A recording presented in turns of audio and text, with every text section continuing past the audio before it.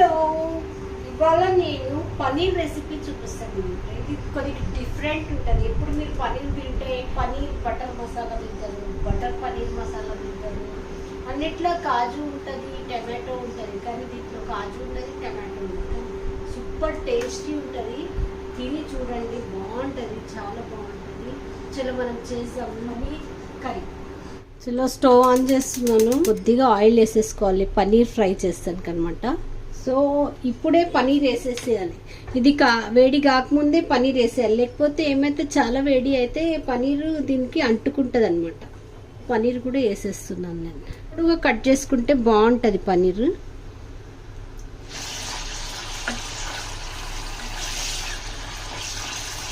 చూడండి, ఇప్పుడు colour change అవుతుంది చూడండి. కలర్ మెల్లగా ఫ్రై చేసుకోవాలి మనం, దానికి కొద్దిగా ఓపికతోటి. చలో, ఇది కరెక్ట్ అయ్యింది చూడండి. ఇప్పుడు నేనేం చేస్తానంటే ఇవన్నీ ముక్కలు వాటర్లో వేస్తాను. వాటర్లో వేస్తే ఇది సాఫ్ట్గా ఉంటుంది అనమాట.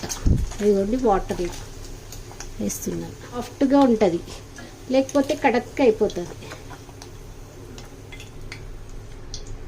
చలో, ఇదే బాండీలో మనము 2 ఆనియన్స్, దీంట్లో పెద్ద సన్నగా కట్ చేసుకునే అవసరం లేదు, ఇట్లనే వేసేయచ్చు అనమాట. అదొకటి పని తప్పిందనమాట. కొన్ని ఇది గార్లిక్ అనమాట, ఇది జింజర్, 2 మిరపకాయలు, ఇవన్నీ ఇట్లనే వేసేస్తున్నాను నేను. ఇట్లనే వేసి ఫ్రై చేయాలి. ఇది మిర్చికి కొద్దిగా కాట్ వేసేసుకున్నాను నేను, ఎందుకంటే మిర్చి చిల్లుతుంది కదా, అందుకే ఇట్లా ఒక కాట్ వేసేసుకోవాలన్నమాట. ఇప్పుడు చూడండి, ఇది ఫ్రై అయిపోయింది కదా ఆనియన్. ఇప్పుడు దీంట్లో మనం ఏం చేయాలంటే కొన్ని కొత్తిమీర, కొద్దిగా పుదీనా, ఇంకా 3 ఆకులు పాలకూర తీసుకున్నాను అనమాట. ఇవి కూడా దీంట్లో వేసి ఫ్రై చేసుకోవాలి మనం.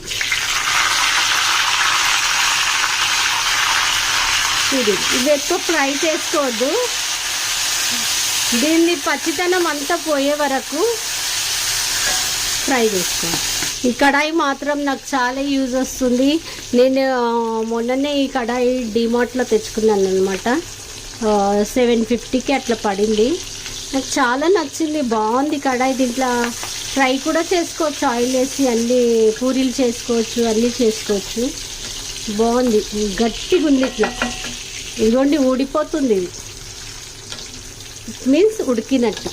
చలో, ఇది ఆఫ్ చేసేస్తున్నాను నేను స్టవ్. ఇప్పుడు మనం ఇది కొద్దిగా చల్లగా అయిపోయాక గ్రైండ్ చేసుకోవాలి. మరి పేస్ట్గా కాదు, కొద్దిగా బిరుసుగానే గ్రైండ్ చేసుకోవాలి.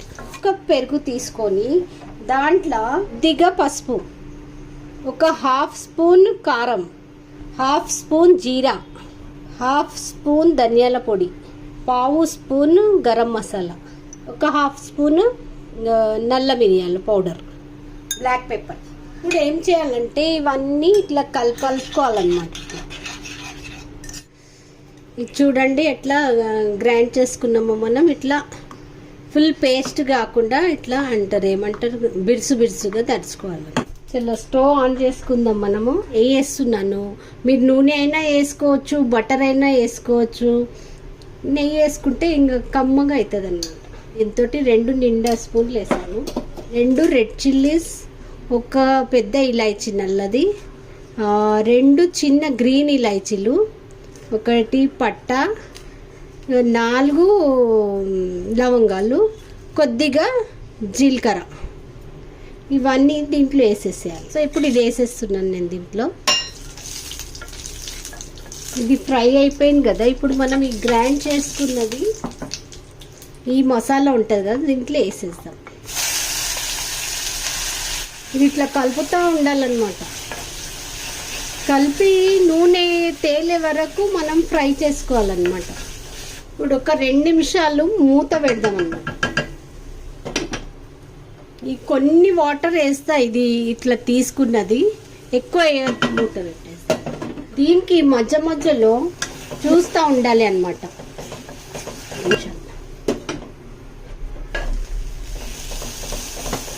చూడండి, నెయ్యి అంతా పైన వచ్చింది.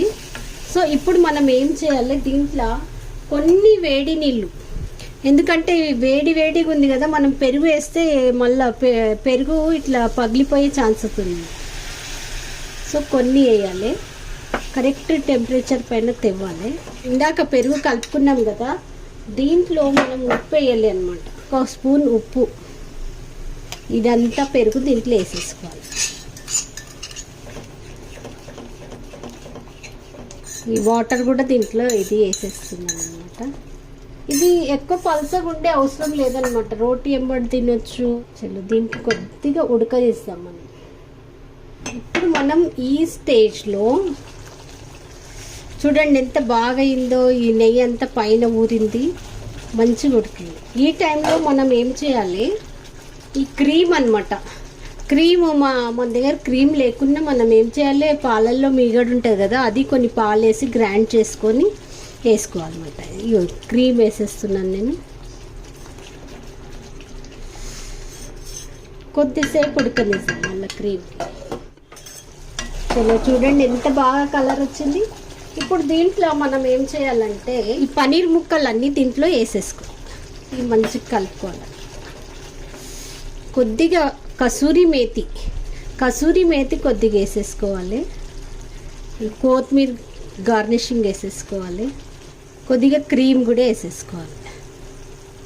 చూడండి ఎంత మంచిగా అనిపిస్తుందో, టేస్టీ హైదరాబాదీ పన్నీర్ కర్రీ. ఈ రెసిపీ మీకు ఎట్లా అనిపించిందో కమెంట్ బాక్స్లో కమెంట్ చేయండి. Thank you.